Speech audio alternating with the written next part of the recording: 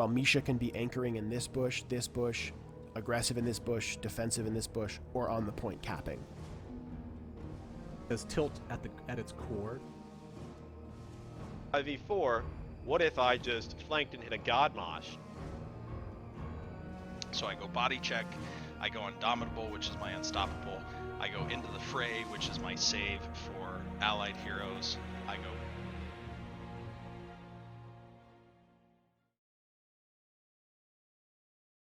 Hello and welcome everyone to the 6th CCS Masterclass. I hope everyone's having a great evening tonight. We have two special guests tonight. We have Covy, the original founder of Phoenix Rising eSports himself. And we also have Alfie, who is the captain and the DPS for Phoenix Rising 1. Welcome, guys. How are you doing tonight? Absolutely fantastic. Thanks for having us. I'm doing great. Yeah. Awesome. And then before we get into it, I actually realized I forgot to introduce myself. So my name is Salvaje, and I'm your host for tonight for the CCS Masterclass. Before we get into the topic, however, I would like to hear a little bit about both of y'all. We can go ahead and start with Covy. Let us know how you got into Heroes, where you came from, what's going on with you. Oh boy. Well, I'm 30 years old. I live in Phoenix, Arizona. It's currently hot as sin out here. So, video games is definitely something that helps you stay inside and cool. But I can, I guess, attribute playing HOTS to a couple of my buddies in the past. I've been an avid Blizzard fan for a long time, and Mark Zombie is actually the individual that introduced me to Next Gaming Series. So he is the reason why we're having this conversation here today. You said Mark Zombie? Mark Zombie, yeah. With the Nexus Cap. Okay, Yeah. there we go. Props to him.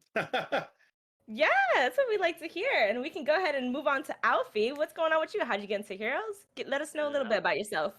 I actually got into Heroes right around beta. I always liked Blizzard and Blizzard games. I grew up on Warcraft and Starcraft. And I just wanted to play something different. I was like, oh, I saw all these fun heroes. Let me start playing it. Took a break for a few years, just either from working because my computer could not actually handle the game, which was hilarious because it's not even that intense. Came back and I've just made friends coming along the way. I reside in Pembroke Pines, Florida, and I've been here for a while now. And I just enjoy the scene and just the people I've grown with. So that's what brought me here. And I was like, they want me in Phoenix Rising? Okay, I'll join. No, that's awesome. We're really happy to have both of y'all here, and we really appreciate you guys taking time out of your night to come out and speak on this topic that we have coming up. So for this first segment's topic, we're going to do something a little bit different. It's going to be kind of a mesh of two different scenes that we've seen in Heroes of the Storm. We are going to be having Covy explain to us a little bit on how it is to start an org and how to run an org and the stipulations that kind of go into that. Alongside that, we are going to have Alfie jump on in and explain what it's like playing in the amateur scene, what the struggles are, what the strengths are, what you have fun with, and we'll go ahead and go from there. So I'm going to give Covy the floor to you to begin with, and we will go on from there. Awesome. Yeah. So I guess the biggest thing that really wanted me to get to a point where something like Phoenix Rising Esports actually came about was kind of like what Alfie had nodded to earlier. It's really the community. I have been a fan of Blizzard games for a long time, and I was finally brought to my very first BlizzCon back in 2018, and I got to experience HGC for the first and unfortunately last time.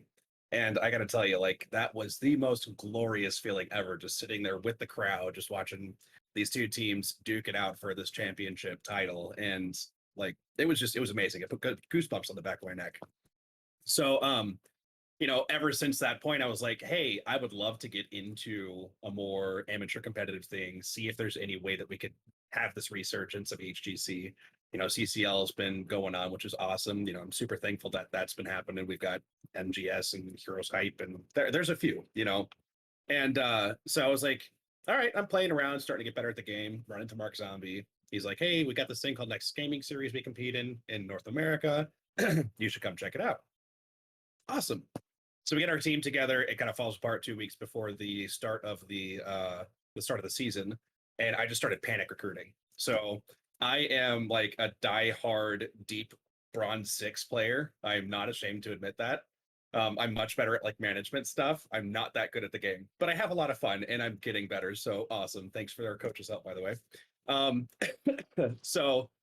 yeah, I recruited a bunch of plats, diamonds, and benched myself. And that was a disrupt of a team in Div B. And that team just absolutely fell apart. And then from those ashes, I was like, you know what? Hey, I don't want to be in a position like this again where I can't feel comfortable playing a game and having fun in something because I'm just not good enough. So what can I do to try to help the community a little bit for beginner players like me, improve, have that camaraderie, build a community, and thus Phoenix Rising Esports was born. So we technically started in October of 2019. We're really, really close to hitting our 2-year mark, which is just absolutely astounding to me. Time's flown, but it's also going so slow. And in that time, we've gone from 6 rosters, starting with it was Amethyst, Emerald, Onyx, Ruby, Topaz, and I'm missing one. No, it was 5. It was 5 teams. Yeah, Diamond. I'm sorry. Hence the colors of the organization logo right here. Those are the original 6 teams. But yeah, we went from that, and coming into NGS season 12, we're going to be having 13 teams, and we've grown to a community of over 350 members. Thank you very much for the help that I've had from all of our team contacts, and God, Seth and Rain have been just amazing in trying to help me do this. And as far as it goes, Seth has been our excuse me, like our team manager, for lack of better terms. Because I'm not the best, I have a really hard time pulling together teams of like higher elo people. So it's like, hey, Div E teams, Div D teams, Covy, you can handle putting those rosters together. And then Seth, who actually knows a thing or two about the game, has been working to bring together teams like, for instance, Alfie, with the new PR1. So that team has always been his baby. And now that we've got about 2 solid years experience under our belts, we've built a solid foundation with the community. We're finally at a point of wanting to broach into the higher competitive levels, Nexus Division, Storm Division, HCI now, which congratulations, by the way, Alfie and his team. That was awesome. And eventually that goal is going to be CCL, because again, the whole point back in 2018 was like, how do we get back involved in this awesome competitive scene in a game that, I live and breathe. And yeah, here we are. Fantastic. To have a community with 350 members in Heroes of the Storm, period, is a phenomenal achievement in itself. Thank you. As we know, the Heroes of the Storm community is teeny tiny. Everyone knows everyone else. People get each other in Storm League all the time, and that's a fantastic achievement. I do have a couple of questions for when it comes to organizing this kind of organization. You said panic recruiting, and that got me intrigued. So, do you mind walking us how this panic recruiting went? How, with organization leaders, this has to happen all the time. So, if you don't mind just taking us through your thought process when you are panic recruiting, what are some of the things that you look for in players, and how do you distinguish that from just grabbing someone that you can and grabbing someone that might be worthwhile? Truth be told, panic recruiting is not even in our dictionary anymore as an organization. When I was alluding to panic recruiting beforehand, or when I spoke to it specifically, that was with the old team called Unemployed Gaming. Because like I said, I was on a team, roster lock was 2 weeks out, and then the team dissolved. So everything was pulling together. And the first couple rosters that I did put together for the organization, that was a lot of panic recruiting. And at the time it was like, okay, let's try to find individuals that have basic roles that we need to fill, a general elo that matches, and someone that's just not going to be a complete jerk, right? Those are like the 3 main things. But it was always a focus on what's that person's ability. And as time has passed, and as we've had a lot of work with higher elo players, a lot of drive from Seth and our team contacts, it's gotten to a point to where our focus is no longer what's your rank, what's your KDA, what's your win rate, because those things, if you have someone with the right mindset, can always be fine-tuned, can be improved, can be adjusted. So now the biggest thing, especially with having 13 rosters to manage, as a small leadership group, we're always seeking culture first. And when it comes down to like your guys' organization or our organization, Regen, you know, they're all really like cool people. We're super inclusive, and we're about having fun. Now, I'm going to say that as far as Phoenix Rising, because I can speak for us, we're kind of sweaty tryhards also. So, we're going to try to make sure that we have that mindset of a growth mentality, but above all, outside of making sure that each of the people on the roster have the same goals for that season, just make sure that they work together, as individuals. And if you find a group that's cohesive, you're not going to end up having teams that dissolve at the end of a season. You're not going to have issues mid-season where you need to go back into that panic recruiting state, because you've got a group of people that want to work together, that have built a unit, and they stick it out. And honestly, I've seen the best improvement from teams that were built like that. Okay, that's really good to know. Thank you so much for that insight. I also want to get into, so you did say that you have plans. Your next step is CCL. That's your next goal. That's what you're going for. That's, I mean, whose that's isn't? Like, exactly. So when you're going against all of these other organizations that are around you, how do you try to differentiate your organization to get into that CCL spot? Try to grab one of those CCL organization spots. If you don't mind letting us into that a little bit. So, I mean, this is actually a conversation we've had a handful of times, because we were looking at trying to fill in the more recent, excuse me, the more recently vacated position within CCL prior to this current season. And when we were looking at it at first, the big question that we had was, what is it that we offer something like CCL as a league? And realistically speaking, as an organization, we didn't have much, right? Like, we don't have a high viewership right now at the time. We our community is still pretty fledgling, yada yada yada. So we as a group said, okay, what can we start doing to make our foundation as an organization stronger? And what would make what would make CCS want, or CCL invest into us, right? And I think that was the biggest question, is like, what do we need to do to make ourselves appealing? So the first thing we started working on was actual community outreach, like branching out. We started doing charity events. Our first charity event was that was really roughly thrown together. We did our best with it, but it was a random 5v5 tournament, and we ended up raising over $2,000 for a cause, and it was just kind of thrown together.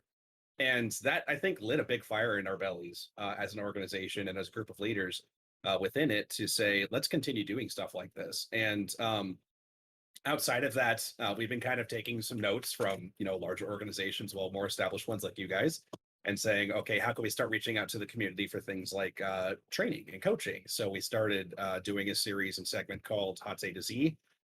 Name pending, it could be borrowed. Who knows if they're going to try to copyright us, but either way, Hot A to Z is going to be, or is, a focus on each of the heroes and maps and whatnot. And again, it's just trying to turn energies and efforts back into the community, right? Because once we get to that point and the community starts recognizing who we are, then we can go to someone like CCL and say, hey, look, we have X, Y, and Z. We're able to bring this to the table for you guys. We've got really good streamers that have a strong following. We can help you out with, I don't know, awesome jerseys and stuff, like just things like that, And I feel like as we start building up situations or a presence in that area, we can then vie for a position and actually make sense doing it, Yeah, for sure. Hopefully that answers the question. It absolutely did.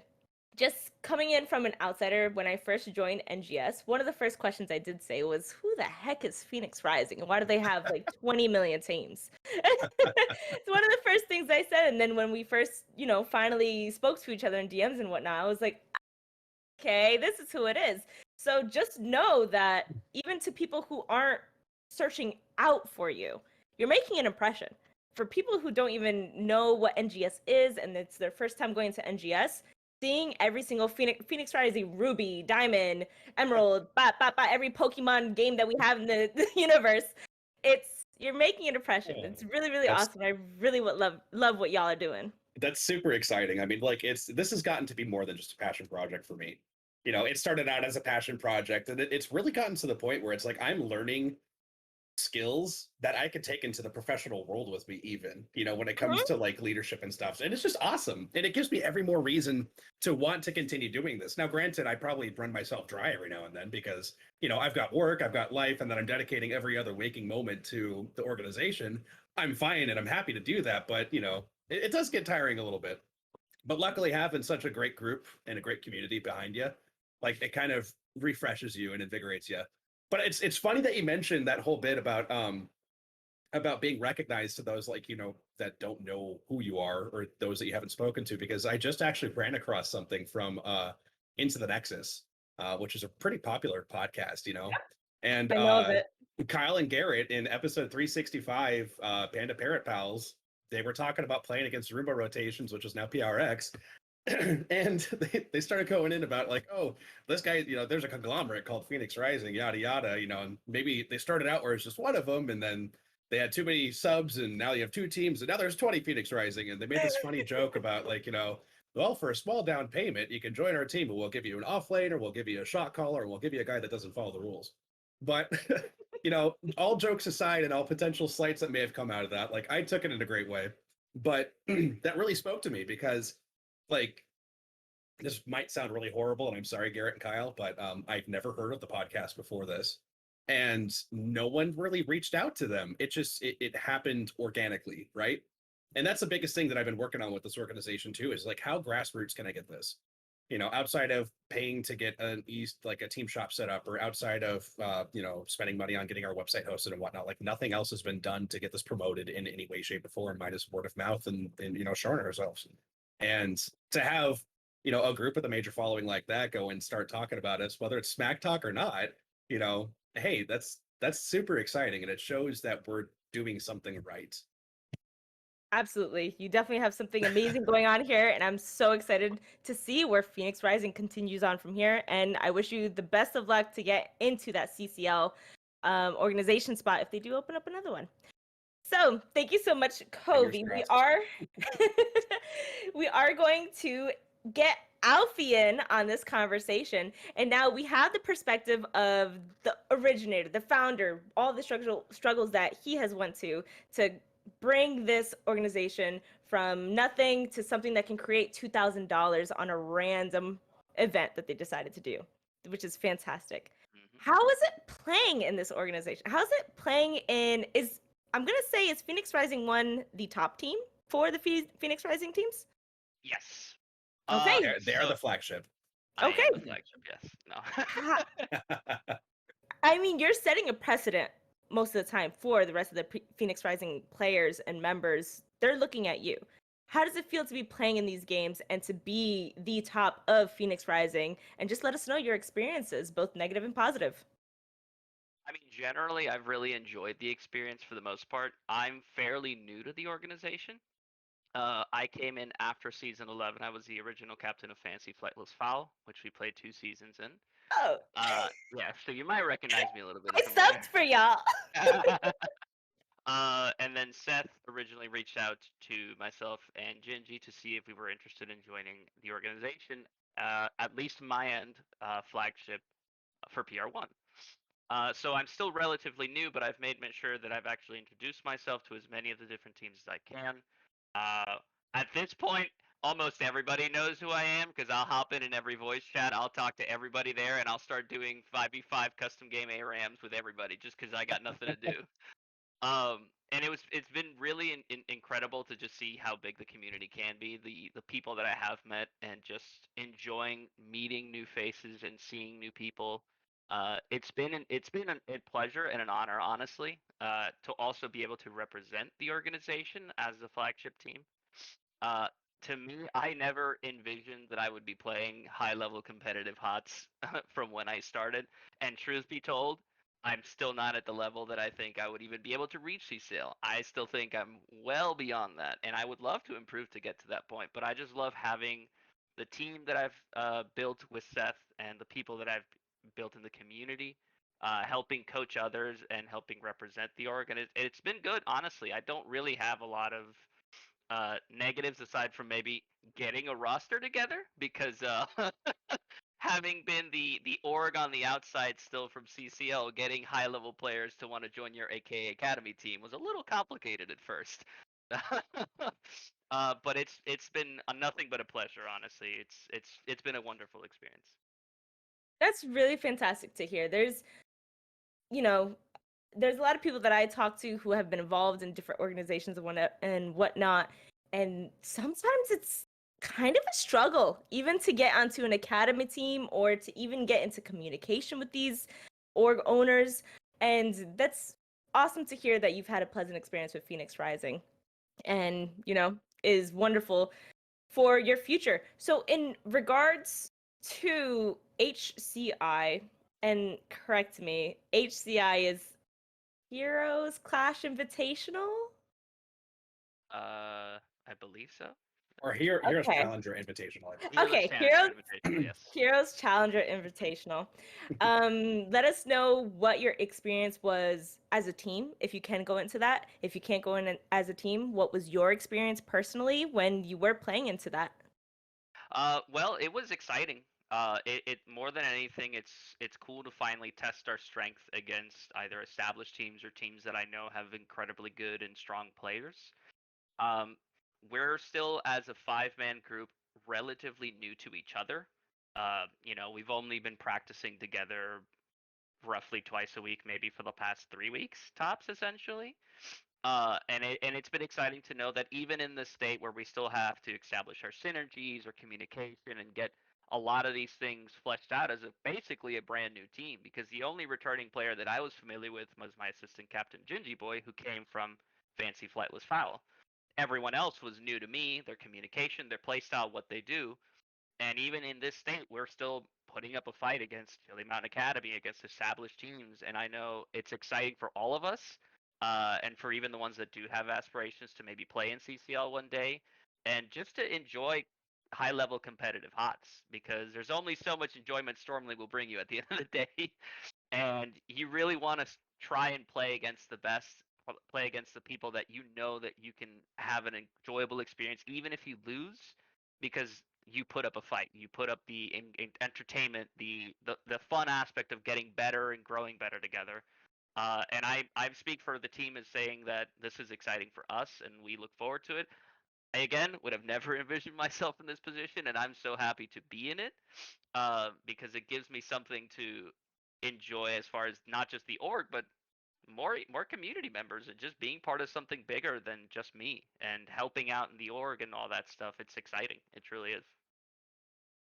Awesome. That's really good to hear. And you did speak about how you guys are a fairly new team, only practicing twice a week within the last 3 weeks. How do you guys plan to build your camaraderie? The thing with successful teams, they have a lot of camaraderie with one another, and they're really able to read each other and kind of be friends.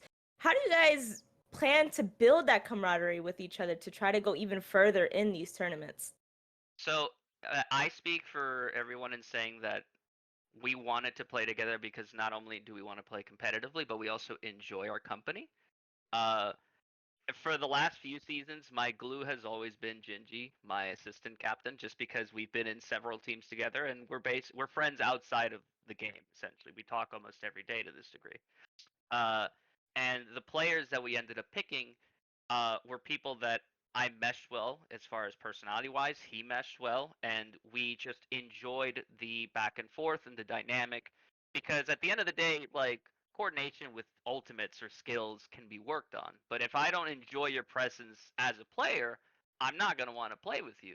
So ultimately, especially with me and Seth when we originally built the team, while it was difficult to get people because there were so many ins and outs, they joined other orgs, they went other places. Uh, I picked people that I enjoyed playing with first and foremost, and then from there it's just progressed. And I think that sticking to the culture aspect and sticking to wanting to play together and enjoy our company is probably what has allowed us to play strong and coordinated, even though we don't have a lot of practice together. And it's why I know that we have a lot of potential moving forward to make a splash in the scene and even play into the situations of other high level players and hold our own essentially.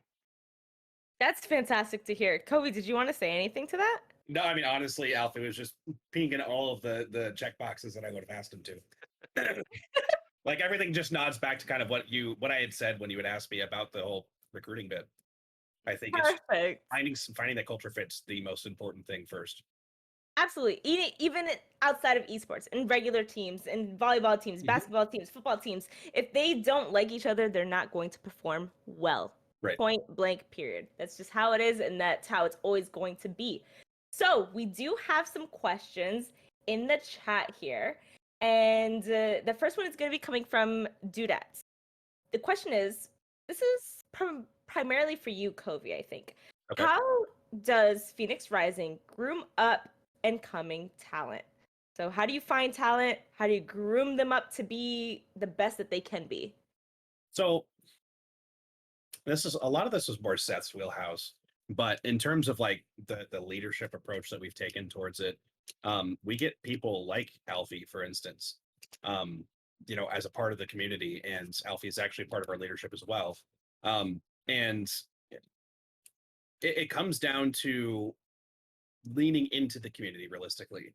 You get a group of individuals that are higher level players that want to basically work with those that are in an elo like mine that want to improve. And I saw a couple in chat asking if we have coaches and such. Yes, we do. That's actually one of the biggest things I think that we would have for grooming talent to raise to the next level. You've got dedicated coaches for each individual team. That approaches is more of like a macro and fundamentals, coaching style. Sorry, I can't talk right now. And then outside of that, we actually in our community Discord have like discussion forums where we'll have people that are really good with like healing or DPS or tanking or macro map play, and they'll be considered like what's the word that we use for them, Alfie? I can't think of it right now. Advisors, I think it is. Yes, thank you, advisors. And you can just ping an advisor and be like, hey, I've got a question on XYZ, and you can have any of these people like throw into it. Sometimes it's like it's a healthy discourse that happens in those chat rooms. But I think it just really comes down to the fact that like everybody that we bring in wants to learn, wants to improve, and everybody that has been a part of the organization or someone that's higher level in the organization in both terms of elo and within leadership, they want to help nurture that same growth mentality. So I think it takes a village to raise a kid, right? And in this case, we've got a massive village and we've got a lot of kids that want to get better.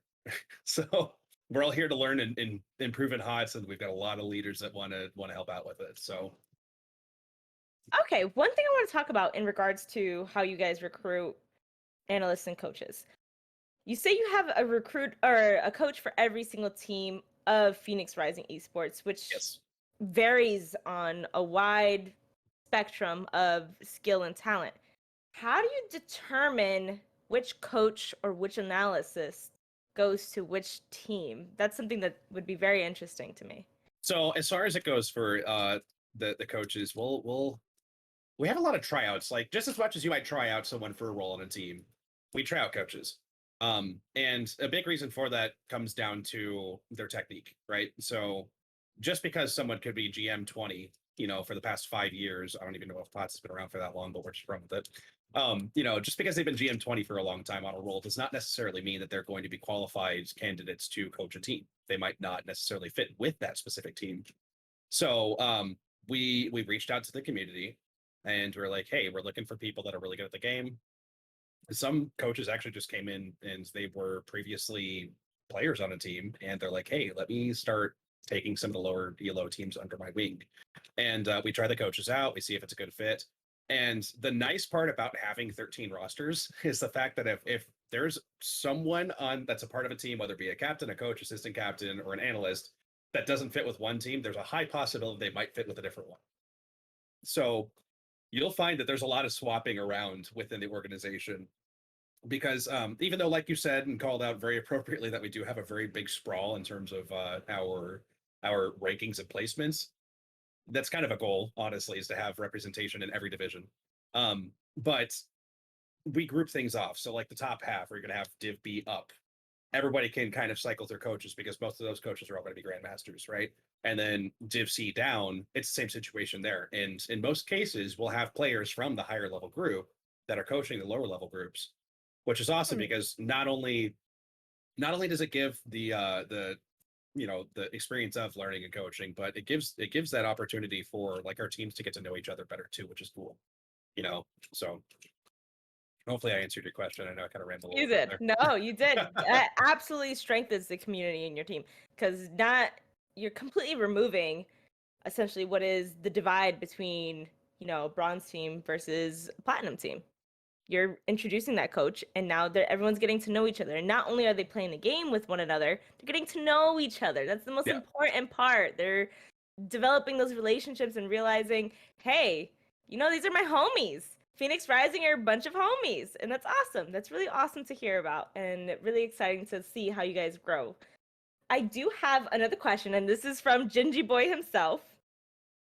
What should someone do if they have aspirations for rising in an organization? And I'll leave this question on the floor for both Alfie and Covey. Be a Phoenix. No, I'm kidding. I mean, I can speak to the fact that it's just a matter of your attitude more so than anything. Uh, because at the end of the day, fundamentals is just about practice, right? Mechanical skills is just about getting repetition in and really, honing in on the skills of whatever hero or role you're learning.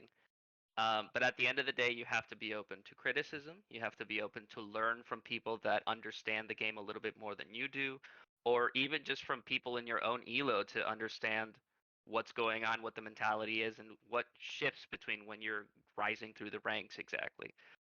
Like I can speak, for example, from my experience. I currently coach one of the teams. I coach Moonstone. And one of the things I tell them is as long as you're like open to things and understanding that you have everything to learn no matter what, you will never know everything about the game.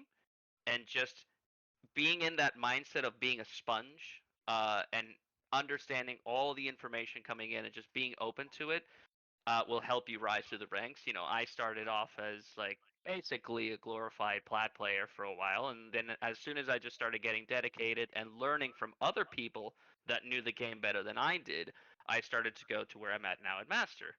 And I still have plenty to learn, and I'm no expert at the game compared to some other players. But anyone that you want to start at Bronze 6, pick the brains of people that have been in this game for a long time, and just be open and receptive to what they tell you, what they teach you, and knowing where your strengths and weaknesses are and how to work at it specifically. Did you want to add anything else to that, Covey? Was No, that that was good? super well said. Yeah. Perfect. So we do have another question from Retired Hero. Who are the org/owners that Phoenix Rising derives inspiration from or admire? Honestly, I mean, this is going to sound really like cheesy, but obviously CCS is one of the biggest. And I've had an opportunity to work a lot with Berta in the past, and I definitely would want to say that Regen is another one that I just really like.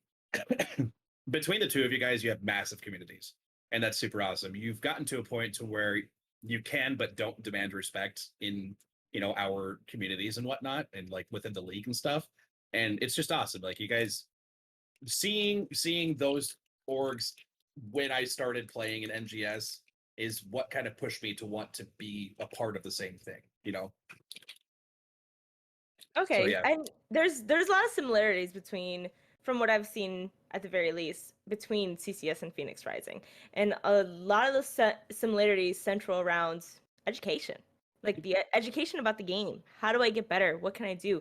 And kind of taking the biases of people who already know what is good and what's the best, and throwing it out and saying, okay, why is it good? right, Why is it the best? Why are you just telling me that this is the best? How is it the best? right, And exactly.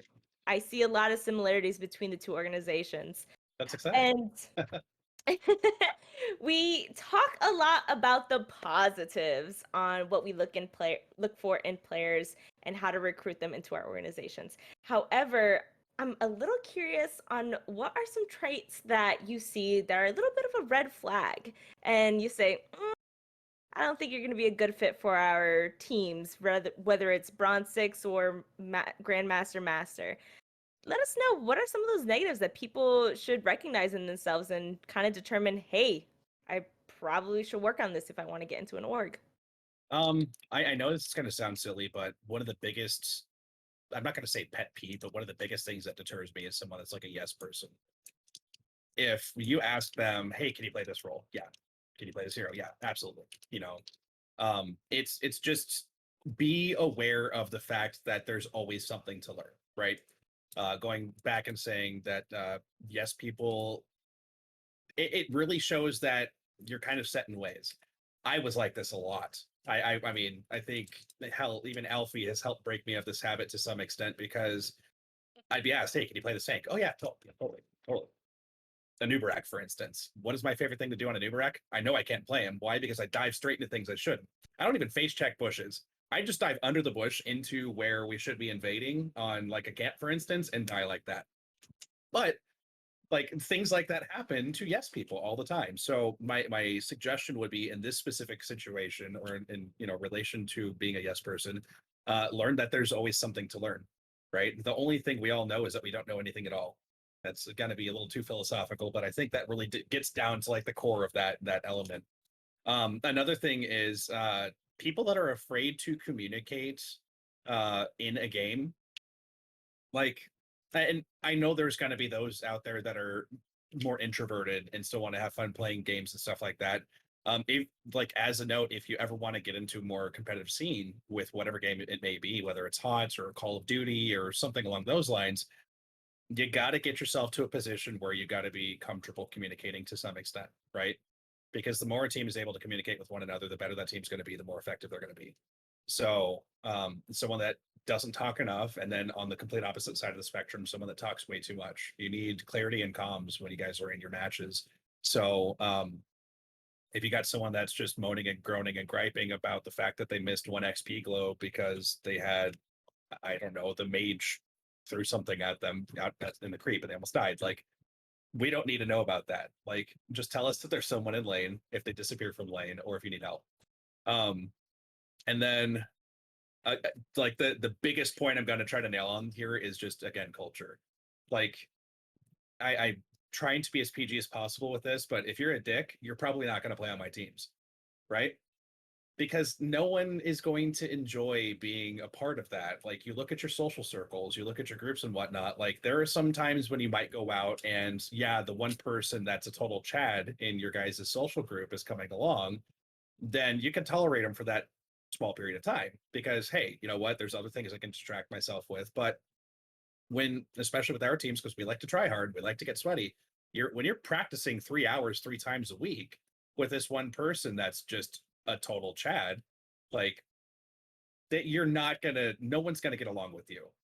And I'm sorry if I seem really passionate about this, but like, we've gone through 30, almost 40 rosters, and we've had a lot of people that are in that type of a mindset that have really thrown wrenches into gears. And you know, the biggest thing is if you don't want to take competitive play seriously like the rest of us do, it's like people going in Storm League and smurfing.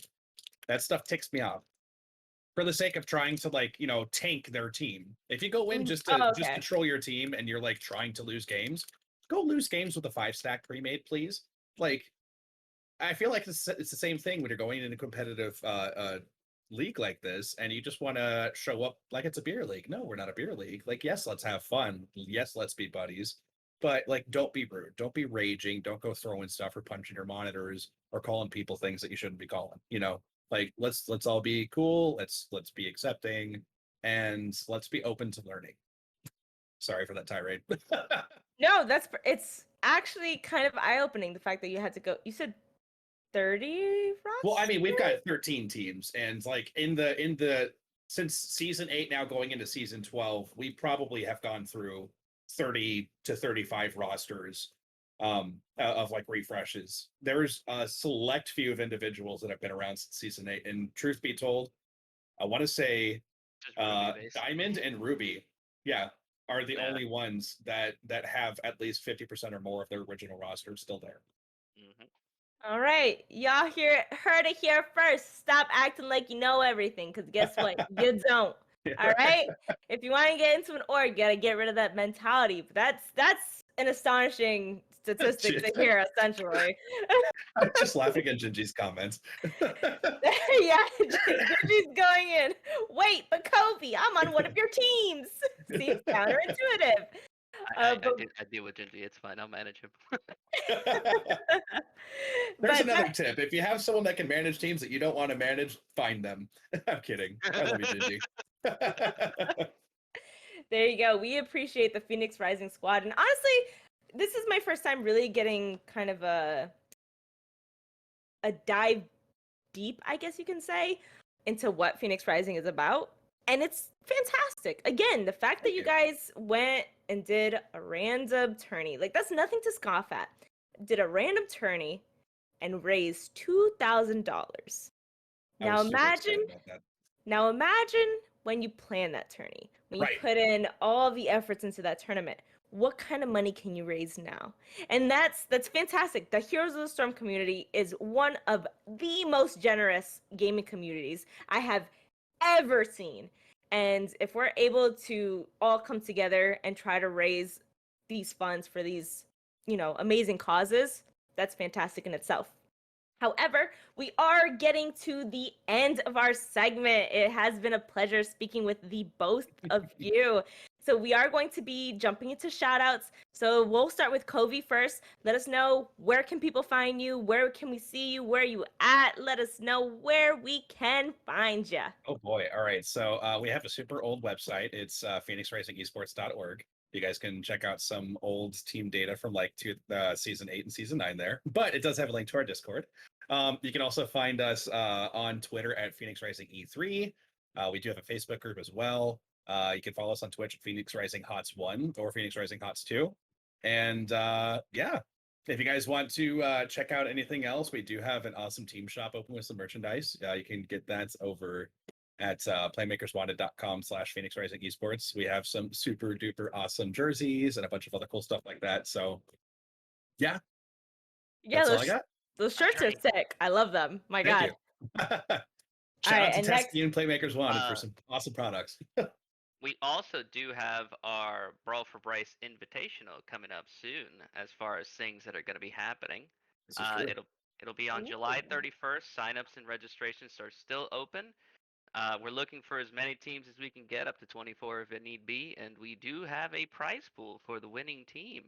It will be $250 for the winning team. So if anybody is interested in making a little bit extra cash playing the game they like, definitely join it, because it'll be raising funds, English, for a great cause, for someone in need that we could definitely help out, and it's a great way to get the community together. And real quick, where can viewers go to find that? All right, so I'm actually going to post a link here in the Twitch chat. There's a challenge sign up sheet there. We currently do have 8 teams, and the way it's going to be structured, it's a 5v5 tournament. We're going to be doing 2 parts to it, so you're going to have group stages first, and then we're going to be doing our final bracket outside of that. So all proceeds minus the $250 that we're going to be taking from it for the payout are going to be going to a little girl from Arizona named Bryce, who's been having a pretty fun, well, I shouldn't say fun at all, a pretty rough bout with acute lymphoblastic leukemia. So it'll be going to her family to help her out with her costs and whatnot, and trying to live a normal childhood life. Oh, fantastic. I love that so much. All right, Alfie, it's your turn. Let us know where the viewers can find you, where you at, what you're doing. Let us know what's in the zone. It's not. I don't even have. I guess I do have a Twitch, so you can find me at twitch.tv/AlfieMont. I rarely ever stream, but I probably will start doing it more so once the season starts up and I get to play a little bit more. I don't really have much social media that I give out, but that probably will be the only thing that you can just get me in, and I can always talk and chat from there in Twitch. You can always find me on the Discord. If you guys join the PRE Discord, I am always there, always chatting. Everybody there knows me. Everybody will see me in public gaming, just talking it up and having a good time. So I encourage anybody to just hop on in and just get to know everybody here. It's an awesome community. That's pretty much it. I'll be there. Find me there. Sounds like a fantastic community. I'm so glad we were able to get to know Phoenix Rising a little bit better. And with that, we are going to go into intermission. And for our second segment, we are going to be speaking with the one and only Not Paradox. So be sure to hang around for about 5 minutes. Oh, And we will yeah. be right back. Again, thank you, Alfie and Covy, for joining tonight. It's been Thank a you so pleasure much to for have having us. y'all. Thank you And so it's much been a for pleasure having to us. getting to know y'all. It's really, Yeah. really awesome.